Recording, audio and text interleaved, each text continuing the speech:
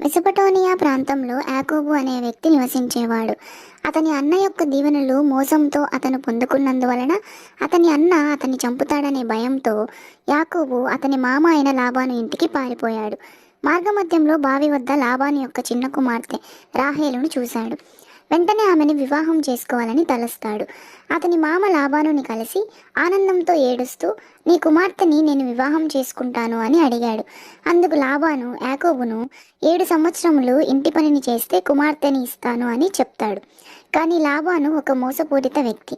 ఈ విషయంలో ఆయన వేరే ఆలోచన చేసి ఉన్నాడు. 7 సంవత్సరములు యాకోబుకు చాలా త్వరగా గడిచిపోయాయి. ఎందుకనగా యాకోబు రాహేలును అంతగా ప్రేమిస్తున్నాడు కనుక.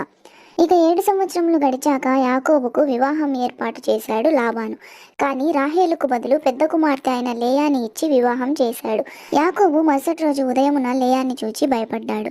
మోసపోయానని అర్థమైంది. కానీ అతను ఇంకా రాహేలును ప్రేమిస్తున్నాడు కనుక లాబాను వద్దకు వెళ్ళి ఎందుకు ఇలా చేశావు అని అడిగితే, మా నియమం ప్రకారం పెద్ద కుమార్తెకి వివాహం జరిగితేనే చిన్న కుమార్తెకి వివాహం చేయాలి అని చెప్తాడు. ఇక యాకోబు రాహేలును వివాహం చేసుకోవడానికి మరొక 7 సంవత్సరాలు పనిచేశాడు. యోసేపు రాహేలును ఎంతగానో ప్రేమిస్తున్నాడు కనుక పనిని విడిచిపెట్టకుండా ఎంతో కష్టపడి 7 సంవత్సరాలు ముగించాడు. యాకోబు ఈ 7 సంవత్సరాలు పని చేస్తున్నప్పుడు లాబాను యాకోబును చాలా కష్టపెట్టాడు. సంపాదించిన డబ్బుకు 10 రెట్ల డబ్బు సంపాదించేలా కష్టపెట్టాడు. ఇదంతయు దేవుడు చూశాడు.